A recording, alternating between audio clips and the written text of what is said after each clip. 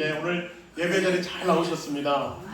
이 봄의 기운이 만끽하는 이 계절에 여러분의 인생도 주 안에서 활짝 피시기를 주님 이름으로 축복합니다. 아멘 하신 분만 그렇게 될 줄 믿습니다. 우리 옆사람에게 축복할 때 활짝 핀 인생이 되십시오.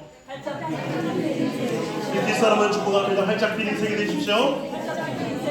네. 성령께서 우리에게 역사하실 줄로 믿습니다. 아멘. 네. 성도 여러분, 운전 중에 대형 사고는 언제 일어날까? 험한 산길 또는 꾸불꾸불한 길을 걸 때는요, 사고가 그리 나지 않는데요. 왜 그러냐면 운전대를 꽉 잡고 긴장함으로 운전하기 때문에 교통사고가 잘 나지 않는데요. 그럼 언제 교통사고가 많이 나느냐? 그건 바로 고속도로를 달릴 때가 교통사고가 제일 많이 난다는 거예요. 왜 그렇습니까? 장애물도 없지요. 길은 반듯하지요. 햇살은 내려지죠. 그 평탄한 길을 달릴 때 우리는 나도 모르게 긴장감이 사라지고 마음을 놓기 때문에 교통사고가 제일 많이 난다라고 하는 것입니다. 여러분, 우리의 신앙도 마찬가지예요. 우리는 뼈저린 고난 속에서는 잘 넘어지지 않습니다. 아프고 가난하고 힘이 들면 우리 성도들은 어떻게 해요? 더 하나님께 나와 부르짖고, 주여 내 형편을 돌아보시옵소서, 나의 처지를 돌아보시옵소서, 더 그렇게 간절히 기도하는데, 여러분, 일이 잘 되고 모든 것이 평탄하고 아무런 문제가 없을 때, 여러분, 그때가 바로 넘어지기 쉬운 때라고 하는 거야. 무엇이 닥쳐오기 때문에 그렇습니까? 유혹이 닥쳐오기 때문에 그래요. 우리 마음이 평탄하고 아무런 문제가 없고 이만하면 살만하다, 그렇게 마음을 놓을 때 우리에게 선뜻 찾아오는 것은 바로 유혹이라고 하는 것입니다. 그러니까 성도가 가장 많이 무너지는 순간은 벼랑 끝에 서 있는 그런 역경의 순간이 아니라 모든 것을 내 뜻대로 풀려갈 바로 번영의 때라고 하는 것을 우리가 기억하여 우리 토마스 칼라일의 말씀을 한번 들어봤으면 좋겠어요. 역경을 견뎌내는 사람이 100명이라면 번영을 견뎌낼 수 있는 사람은 몇 명이다? 단 1명에 불과하다. 그렇게 차이가 난다는 거예요. 여러분, 우리는 고난 앞에서는 강하지만 성공과 인정 앞에 찾아오는 그 달콤한 유혹 앞에서는 한없이 무너지는 것을 보게 됩니다. 유혹은 우리 평생에 찾아오죠. 여러분, 20, 30대는 어떤 유혹이 자주 찾아옵니까? 정욕이라는 유혹, 그것이 찾아오지고요. 40대는 주로 명예욕이 찾아오는 것 같습니다. 더 높아지려고 하고 많은 사람들에게 인정받고 싶어 하고 진급하고 싶은 마음에 열심으로 달려가는 그런 명예의 유혹 앞에 놓이게 되고요. 50대는 노후를 준비해야 되기 때문에 물질의 유혹 앞에 놓일 때가 있습니다. 그러니까 유혹이라고 하는 것은 끊임없이 옷을 갈아입으며 우리를 무너뜨리려고 찾아온다라고 하는 것. 오늘 본문 요셉을 한번 보십시오. 그는 노예로 팔려가는 끔찍한 역경과 고통을 통과했습니다. 그리고 마침내 보디발의 집에서 모든 것을 통치하는 가정 총무의 자리까지 올라가게 되었어요. 가장 성공한 번영의 길 앞에 놓이게 되었습니다. 그런데 그 순간 무엇이 찾아온다고요? 보디발이라고 하는 아내의 치명적인 유혹이 그를 찾아오는 거예요. 이 절체절명의 위기 속에서 요셉은 그 유혹을 어떻게 이겼을까? 오늘 저는 여러분과 함께 이 부분을 좀 살펴보면서 우리 인생에 찾아올 수 있는 유혹, 그 유혹을 이길 수 있는 우리 세 가지 영적 원리를 한번 살펴보려고 합니다. 세 가지 영적 원리. 자, 그 첫 번째가 뭐죠? 바로 보는 것을 따라합시다. 보는 것을 차단하십시오. 본문 7절에 보면 이렇게 말씀하고 있어요. 그 위에 그의 주인의 아내가 요셉에게 눈짓하다가 동침하기를 청하니. 요셉의 모습이 참 좀 특별했던 것 같습니다. 창세기 39장 6절에 보면 요셉의 모습을 이렇게 표현하고 있어요. 마치 제 모습처럼 용모가 빼어나고 아름다운 청년이었다. 마치 제 모습 같아요. 아멘. 아멘 하신 분만 성령에 충만하게 될 줄 믿습니다. 이지훈 목사처럼 용모가 빼어나고 아름다운 청년이었대요. 외모가 기가 막혔나 봐요. 매력이 있었어요. 거기다가 여러분 보디발이라고 하는 큰 가정을 이끌어갈 만큼 그는요 탁월한 행정가요, 모든 종들을 잘 리드할 수 있던 리더십도 강했던 사람, 그가 바로 요셉이었습니다. 그러니까 잘생겼죠, 매력이 있죠, 거기다가 유능하죠. 여러분 이 여인의 마음을 빼앗을 만한 그런 모든 요소가 가득 담겨져 있어요. 그래서 저도 늘 조심해요. 그런 유혹을 받을 수 있는 매력이 저한테 있기 때문에 여러분 아멘 하시는 마음에 가득 들어 믿습니다. 저희 딸이 뭐라고 하는지 아세요? 우우 저 뒤에서 그러지 마 제발, 너만 해도 좀 인정해줘야지. 아주 탁월한 그런 이 요셉에게 여러분 주인의 아내가 이상한 눈빛을 보냅니다. 뭐 윙크를 했는지 뭐 눈을 깜빡거렸는지 갑자기 실룩거렸는지 모르겠으나 자꾸 신호를 보내요. 여러분 이 모든 유혹이 바로 보는 곳에서 시작되는 거예요. 자꾸 사인을 보내는 그 여인의 사인 앞에 여러분 요셉은 눈길을 주지 않는 것이, 유혹은 보는 것에서 시작해요. 왜요? 눈은 마음의 창이기 때문에 그렇습니다. 마귀는요 우리의 시각을 통해서 탐욕이라고 하는 불씨를 심어주고 있어요. 창세기를 볼까요? 여러분 하와가 선악과를 대하는 태도를 보십시오.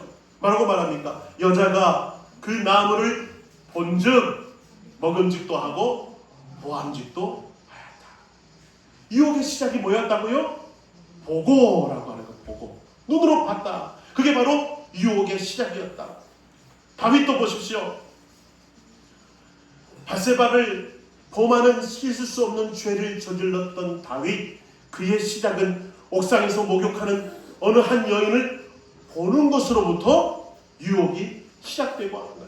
바로 이 눈이 문제예요. 눈이 문제예요. 여러분 이 감각 중에 눈이라고 하는 것이 가장 자극적인 부위 아니겠습니까?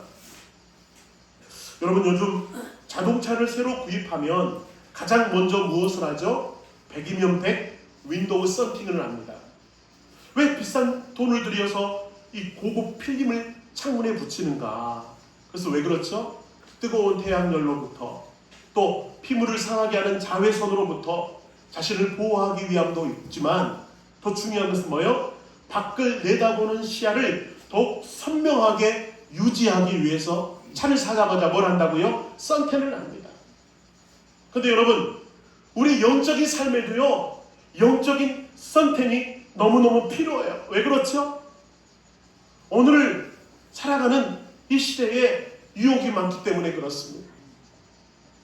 스마트폰만 열면 음란물이 쏟아져 나옵니다. 여러분 스마트폰만 열면 쇼핑물의 유혹, 사치품들의 유혹이 자꾸 우리를 마음을 혼잡게 만들어요. 그리고요 쇼츠 같은 것을 보면 어떻습니까? 타인의 화려한 삶과 나의 삶을 자꾸 비교하게 만들어버리는 그런 무너짐이 핸드폰 안에도 담겨져 있고 TV 안에도 있고 컴퓨터 안에도 담겨져 있더라. 심지어 여러분 요즘은 딥페이크라고 들어보셨어요? AI 딥페이크. 어느 것이 진짜인지 어느 것이 가짜인지 구별하지 못할 만큼 교모하게 사람의 눈과 마음을 속이는 것들이 우리에게 쏟아져 나오더라. 이런 수많은 유혹 앞에 이런 모든 것들이 마치 한여름의 태양볕처럼 아무런 선택을 하지 않은 차 안에 갇혀있는 우리들의 모습처럼 쏟아져 나올 수가 있기 때문에 우리 뭘 해야 된다? 영적인 선택을 할 필요가 있다라고 하는 것입니다. 여러분 요셉을 보세요. 자꾸 자신에게 눈을 껌뻑껌뻑거리면서 유혹하고 있는 그 여인에게 시선을 고정하는 것이 아니었습니다. 요셉은 그 거짓된 유혹에 눈길을 주지 않고 그런 끊임없이 하나님께 눈을 돌렸던 사람이 누구였다고요? 요셉이었고 눈을 조심해야 됩니다. 요셉 볼까요? 9절 한번 읽어봅시다. 같이 읽겠습니다. 시작. 내가 어찌 이 큰 악을 행하여 하나님께 죄를 지으리까? 여러분 이게 요셉의 고백이에요. 요셉은요 지금 당장의 눈앞에 자꾸 나에게 눈을 깜빡거리면서 유혹의 빛을 보내고 있는 그 여인에게 눈을 돌리는 것이 아니라 누구에게 시선을 고정했다고요? 지금 나와 함께 하시는 하나님, 그 하나님의 임재 앞에 눈을 돌림으로 그 유혹을 능히 이기며 나갈 수 있었다라고 하는 것입니다. 여러분, 유혹은 두 가지가 있습니다. 싸워야 될 유혹과 피해야 될 유혹이 있어요. 자, 싸워야 될 유혹은 뭘까요? 게으름, 나태함, 교만, 혈기, 절망, 두려움, 이것들은 싸워서 이겨야 됩니다. 극복해야 됩니다. 그러나 여러분, 때로는 피해야 될 유혹도 있어요. 뭐죠? 음행, 정욕, 돈, 탐심, 이 중독이라고 하는 유혹들은 너무나도 강렬하고 자극적이기 때문에 여러분 먼저 피해야 돼요. 피하라. 그래서 고린도전서 6장, 디모데후서 2장에서는 계속해서 우리 신앙인들에게 동일하게 말씀하고 있는 것이 뭐예요? 피하라 라고 말하고 있어요. 사랑하는 성도 여러분, 현재 우리의 영적 상태를 한번 점검했으면 좋겠어요. 여러분의 시선은 지금 어디에 머물러 있습니까? 하루를 살면서 여러분은 어디에 가장 많은 시선이 고정되어 있나요? 여러분, 그 시선이 머무는 것이 바로 여러분의 영적 상태라고 하는 거예요. 어떤 분은 스마트폰이 손에 놓여지지 않아 화장실에 가도 스마트폰을 갖고 가고 막 이게 손에 없으면 불안한 거예요. 여러분, 그 수많은 쇼츠들, 그 수많은 영상들이 쏟아지는데 여러분, 그 앞에서 중독이 되어 이 손을 놓지 못하고 있는 모습이라면 그 영성의 모습, 그 한계가 바로 여러분의 시선이라고 하는 거예요. 여러분, 이런 모든 유혹들로부터 여러분에게 영적인 선택이 필요하다라고 하는 것. 그 영적인 선택의 핵심이 뭐죠? 주님이 지금도 나와 함께 하시는 그 주님의 시선으로 스마트폰을 보고 주님의 시선으로 TV를 접하며 주님의 시선으로 세상의 유혹들을 바라볼 때 능히 극복하며 이길 수가 있다. 그러므로 유혹의 첫 번째 출발은 가장 자극적인 눈을 조심할 필요가 있는데 그 눈을 어떻게 바꾸나? 주님께서 주시는 그 선틴의 안경으로 여러분의 눈을 보호하며 나아갈 때 승리할 수가 있더라. 우리 옆 사람을 바라보면서 당신의 눈을 바랍니다. 당신의 눈을 예수의 선틴으로 바꾸십시오. 우리 뒷분들 축복합니다. 당신들의 눈이 영적인 선틴으로 채워지길 축복합니다. 이게 바로 유혹을 이기는 첫 번째 단계라고 하는 거. 자, 그렇다면 두 번째 단계는 무엇일까요? 여러분, 따라서 유혹의 자리를 떠나십시오. 유혹의 자리를 떠나는 게 필요해요. 제가 아까 피해야 될 유혹과 싸워야 될 유혹이 있다고 했어요. 여러분, 정말 우리가 필요할 때가 피할 줄 아는 지혜가 너무너무 필요하더라고 하는 거예요. 자, 10절 말씀 여러분 보면 참 대단해요. 이 여인이 한두 번 유혹한 것이 아니야. 참 지가가 징해요. 어떻게 유혹한다고요? 날마다. 이게 바로 유혹의 특성입니다. 여러분, 마귀 사탄의 유혹, 우리를 넘어뜨리려고 하는 도전은요, 한두 번에 걸쳐서 이루어지는 것이 아니고 날마다 끈질기게 우리가 어떻게 할 때까지? 넘어질 때까지 공격해요. 자, 그런가 하면 12절 한번 보세요. 제가 읽어드리겠습니다. 그 여인이 그의 옷을 잡고 이르되 나와 동침하자. 그러나 요셉이 자기 옷을 그 여인의 손에 버려두고 밖으로 나가매. 이게 너무 놀라운 초점이라고 하는 거예요. 여러분, 피해야 될 유혹 앞에서는 피할 줄 아는 지혜가 필요해요. 여러분에게 유혹이 다가옵니까? 피해야 될 유혹 앞에서는 여러분, 요셉은요, 옷이 벗겨지는 수치 앞에서도 과감하게 그 자리를 박차고 도망쳤다라고 하는 거예요. 이게 중요하다라고 합니다. 여러분, 육신의 정욕은요, 내 의지대로 안 돼요. 우리 싸워서 이길 수가 없어요. 너무나도 강렬하기 때문에 무조건 그 자리를 피하는 것이 중요합니다. 어느 수도사가 수도원을 빠져나와 음란한 영화가 상영되는 곳으로 갔습니다. 지저분한 영상이 막 화면에 가득히 나오자 수도사가 갑자기 눈을 감고 기도해요. 마귀야 물러가라! 마귀야 물러가라! 막 그렇게 외쳐요. 그냥 마귀가 퍽 하고 나타나서 막 이렇게 비웃어요. 이보게, 여긴 내 영역인데 왜 네가 남의 영역에 들어와 자꾸 나가라고 그러냐? 네가 나가라. 이렇게 말을 했대요. 여러분, 그 자리를 피할 줄 아는 지혜가 필요해요. 그래서 잠언 6장 27절은 이렇게 말합니다.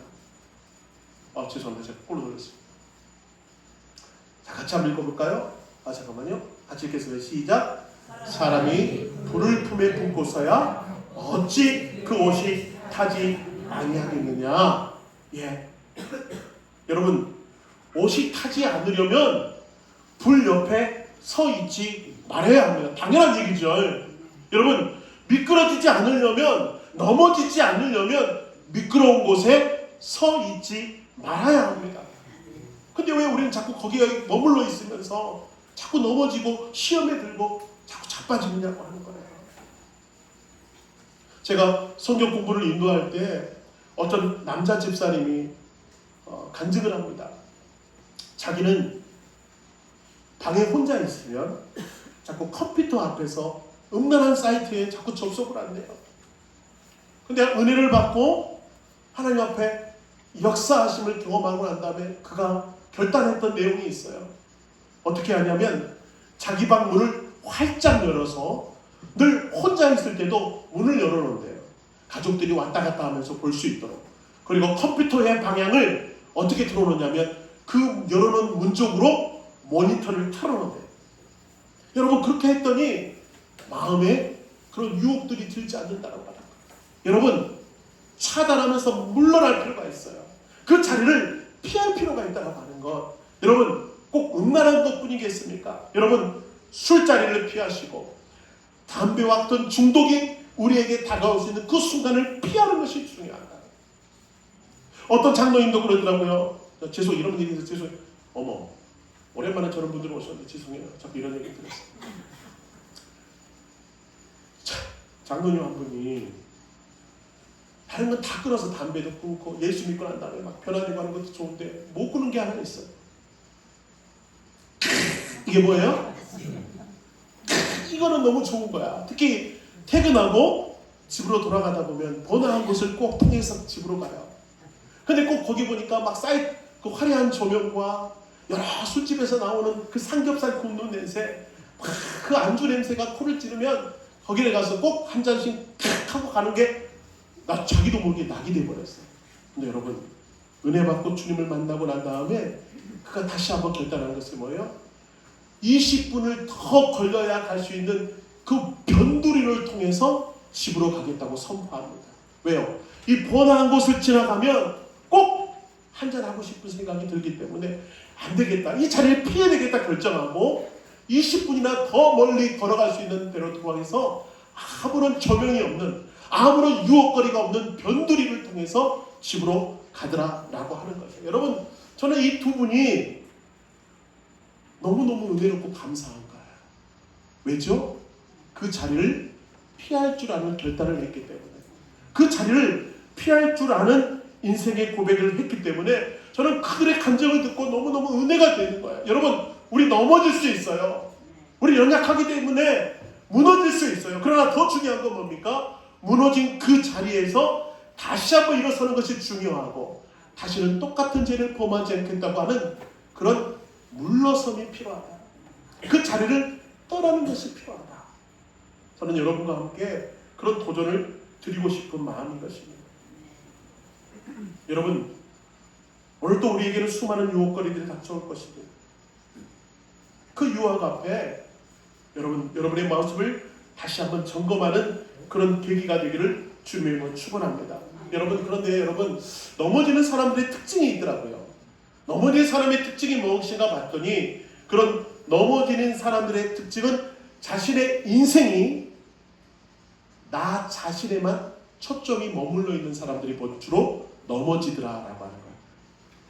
자신의 최종적인 인생의 목표가 나 자신에만 머물러 있어요. 뭡니까? 내 집 마련의 꿈, 내 통장의 잔고를 3억을 만들어야겠다, 4억을 만들어야겠다, 또는 내가 좀 더 높은 자리에 올라가야겠다. 모든 인생의 초점이, 내 삶의 목표가 나 자신에게만 머물러 있는 사람들은 꼭 넘어지더라. 여러분, 돈 필요하죠. 집 필요합니다. 승진하는 거 필요합니다. 그런데 문제는 뭐예요?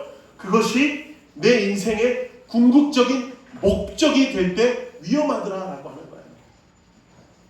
이것이 내 인생의 목적이 되는 사람들은 두 가지 함정에 빠지게 됩니다. 첫째, 다 이루었을 때는 어떻게 해요? 그 마음속에 뭐가 찾아오더라? 허무감이 찾아오더라. 목표를 달성해서 열심히 그 목표를 정하고 달려갑니다. 근데 그 목표를 이루었어요. 근데 여러분, 이루었더니 자기 마음에 허무감이 찾아와요. 그래서 여러분, TV 틀어본 연예인들 그러잖아요. 세상의 정점에 선 수많은 스타들, 수많은 연예인들이 여러분 인생의 정점을 찍었는데 왜 그들이 다 허무하게 무너지나요? 그들의 삶의 목적이 나에게 있기 때문에 그렇게 심하게 무너지더라는 거예요. 두 번째로, 여러분, 이런 잘못된 목적이 나에게만 있는 사람들은 실패할 때 어떻게 됩니까? 실패하게 되면 좌절감에 빠져버리고 또 무너지는 걸 보게 됩니다. 세상의 기준에 내 기준을 맞추려고 하다 보니까 그 기준에 미치지 못하면 깊은 절망감에 빠져요.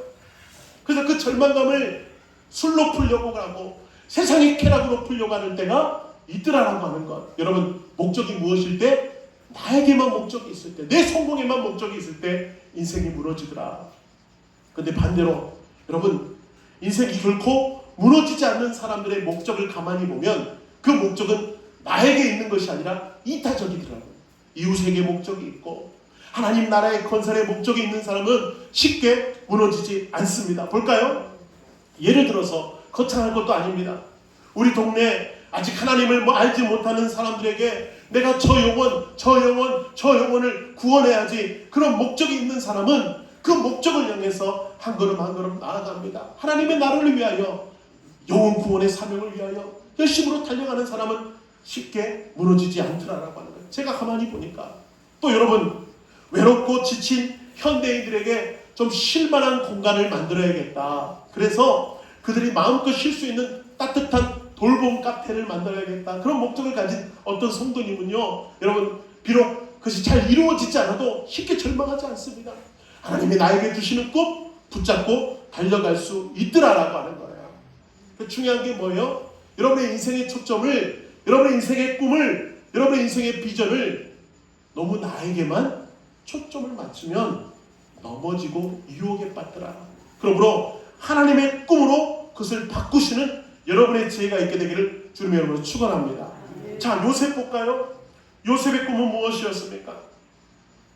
내가 애굽의 총리가 돼서 떵떵거리고 살아야지, 그 꿈을 꾼 것이 아니고 요셉의 꿈은 이 장차 다가올 기근으로 인하여 내 가족을 구원하고 자기 민족을 구원하겠다고 하는 그 꿈이 있었기 때문에 찰나의 쾌락 앞에서도 넘어지지 않고 달려갈 수 있더라. 이게 바로 하나님의 비전을 품은 사람의 성공의 이유라고 하는 것입니다. 여러분, 예수님 봐보세요. 40일 동안 금식을 하고 배가 매우 줄이셨습니다. 마귀의 유혹 앞에 예수님은 쉽게 넘어지지 않았습니다. 왜 그러셨어요? 인류의 구원이라고 하는 그 십자가의 사명이 있었기 때문에 예수님은 그 먹을 것에 넘어지지 않고 사명을 붙들고 달려갔다라고 하는 것입니다. 그래서 여러분, 꿈을 잘 꿀 필요가 있겠어요. 성경은 이렇게 말합니다. 묵시가 없으면 백성이 방자히 행하거니와. 저기서 묵시는 뭐죠? 쉬운 말로 바꾸면 꿈, 비전, 맞습니까? 비전이 있는 사람은요, 방자히 행하지 않아요. 무너지지 않는데요. 무너지지 않는데요. 성도 여러분, 혹시 여러분이 끊임없이 우리를 넘어뜨리려고 하는 보디발의 아내와 같은 유혹 앞에서, 그런 장소, 그런 모임, 그런 습관 앞에서 여러분은 어떤 모습을 보이고 있습니까? 바라기는 우리가 다시 한번 꿈을 정비하고 그 유혹을 과감하게 떠날 수 있는 믿음의 사람 되시길 축원합니다. 그리고요, 우리가 넘어지지 않기 위해서는 우리의 목적과 우리의 비전이 하나님이 주시는 꿈으로 채워요. 우리 양재, 죄송합니다. 오랜만에 목양교회가 나오네. 엊그저께 목양교회 갔다 와서 그런가 봐. 제가 목양교회 갔다 와서 잠깐 우울증에 빠질 뻔했어요. 막 성도들이 목사님 그리워서 막 그러니까, 여기가 좋사오니 초막 셋을 짓고 제가 여기 머물고 싶습니다 하는 마음이 훅 들어와서 잠깐 우울증에 빠져. 집사람이 그러더라고요. 여보, 하나님 맡기신 당신의 교회는 양지중앙교회가 알려줘서 살짝 정신을 차렸습니다. 여러분 보세요. 그러니까 정말 중요한 것은 뭐예요? 우리의 비전과 우리의 꿈이 어디에 머물러 있어야 된다고? 하나님이 주시는 것에 머물러 있어요. 그러므로 여러분, 우리 양지중앙교회는 꿈과 비전이 있어요. 한번 따라합시다. 우리 교회의 비전, 시작! 우리 교회의 비전, 영혼 구원하여 제자 제자 삼는 교회. 삼는 맞습니까? 교회. 여러분이 그것이 여러분의 인생의 목적 맞습니까? 왜 아멘 갑자기 쏙 줄어들어? 이종근 사님 주님으로 축복합니다. 네. 다시 한번 여러분의 묻습니다. 영혼 구원하여 제자 삼는 것이 여러분의 인생의 최종적인 목적 맞습니까? 네. 아멘. 아멘. 그런 사람들은요, 그 작은 유혹에 쉽게 넘어지지 않아요. 하나님이 주시는 비전이 있기 때문에. 여러분이 그러면 비전으로 승리하시길 축복합니다. 자, 우리 마지막으로 말씀을 다시 한번 점검합시다. 세 번째는 뭐예요? 성령과 동행하십시오. 성령과 동행하십시오. 중요한 비전입니다. 오직 하나님이 함께 하시는 사람만이 쉽게 넘어지지 않더라라고 하는 거예요. 여러분, 요셉은 홀로 있었습니다. 여기서 홀로는 보니까 11절에 보니까 그 집안에 다른 종들이 하나도 없을 때 여인이 유혹하지 않았겠어요? 자꾸 유혹해 오는 거예요. 아무도 주위에 없을 때, 요셉하고 단둘이 있을 때 그 여인이 자꾸 유혹해 와요. 마치 완전 범죄를 꾸미려고 하는 몸짓이었죠. 그러나 요셉은요, 결코 혼자가 아니었어요. 창세기 33장, 우리 창세기 39절, 죄송합니다. 창세기 39장을 간통하고 있는 신학적인 주제가 있어요. 그 주제가 뭐냐면 바로 이것이에요.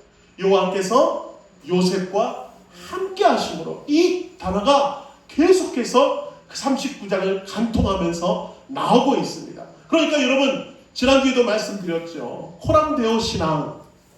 요셉은요, 그 방에 여인과 단둘이 있었던 것이 아니에요. 그 자리에 누가 함께하고 계셨다고요? 여호와께서 함께하고 계셨다.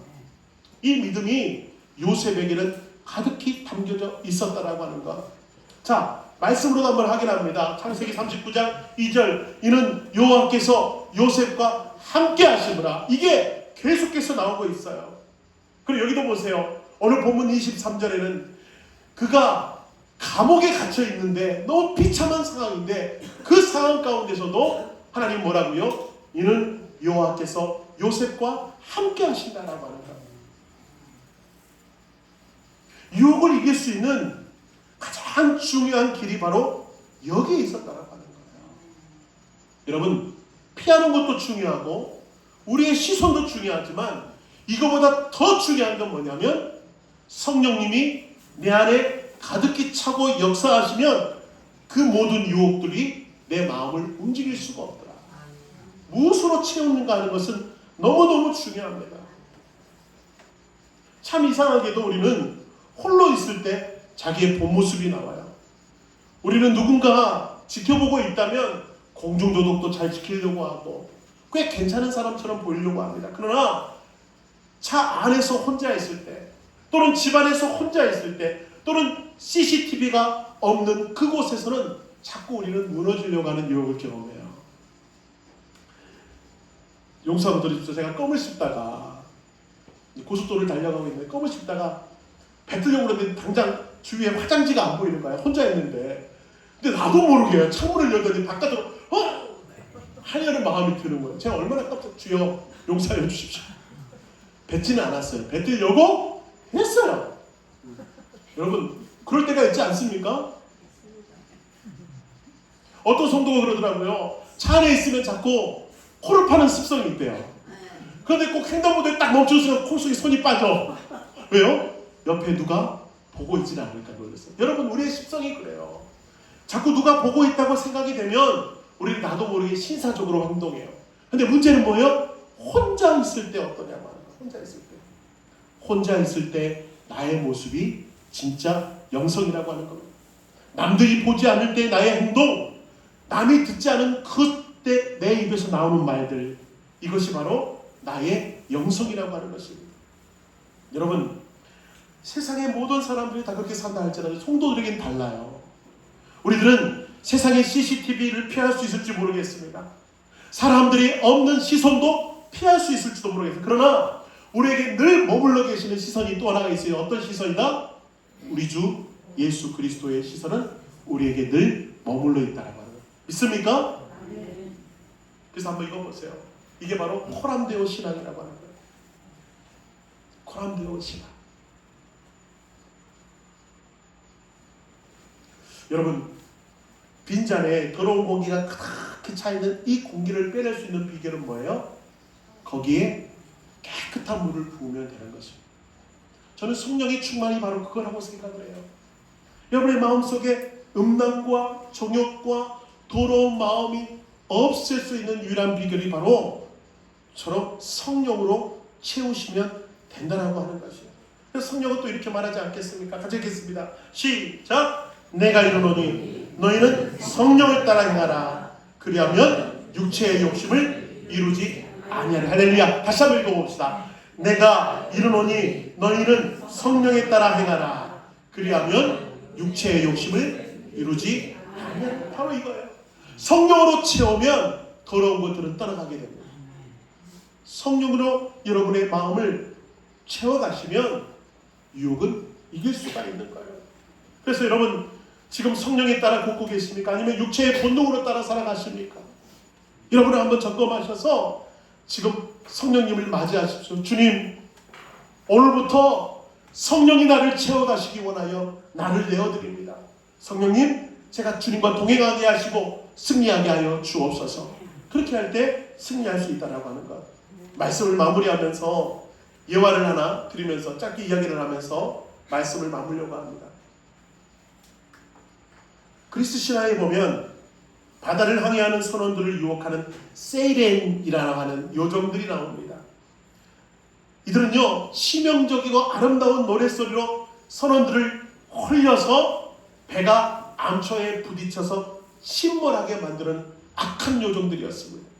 수많은 배가 이 유혹에 넘어져서 배가 침몰하게 됐고요. 이 지역은 무시무시한 지역으로 사람들이 다 두려워하고 피했습니다. 그런데 이 지역을 무사히 넘어간 두 명의 영웅들이 있었습니다.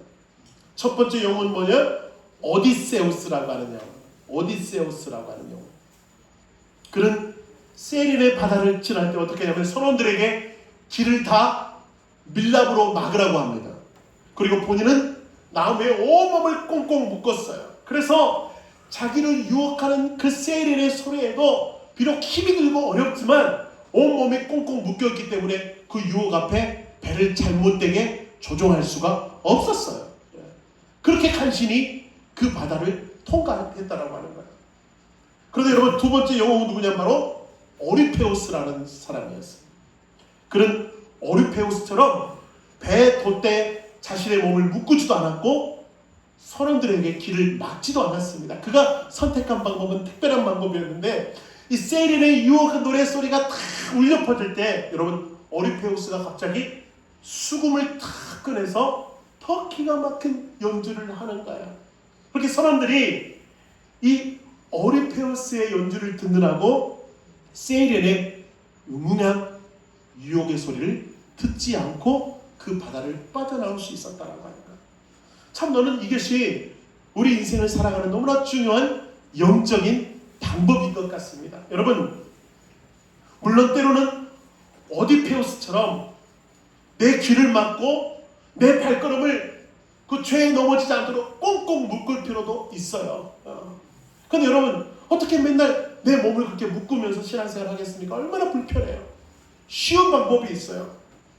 그 쉬운 방법은 뭡니까? 두 번째 방법. 진정한 승리는 오르페우스의 방법이라고 하는 거예요. 내 마음이 유혹의 소리에 따라 흘러가지 않도록 늘 성령의 아름다운 노랫소리에 내 마음을 맡기면 승리하여 그 유혹을 이길 수가 있게 되더라. 사랑하는 성도 여러분, 늘 아름다운 성령의 소리에 취하시는 여러분 되시기를 축복합니다.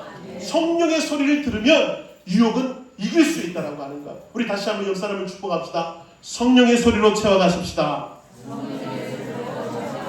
네, 그렇게 늘 성령님과 동행하여 여러분의 인생이 승리의 인생이 되는 아름다운 믿음의 걸음 걸어가시기를 주님으로 축원합니다.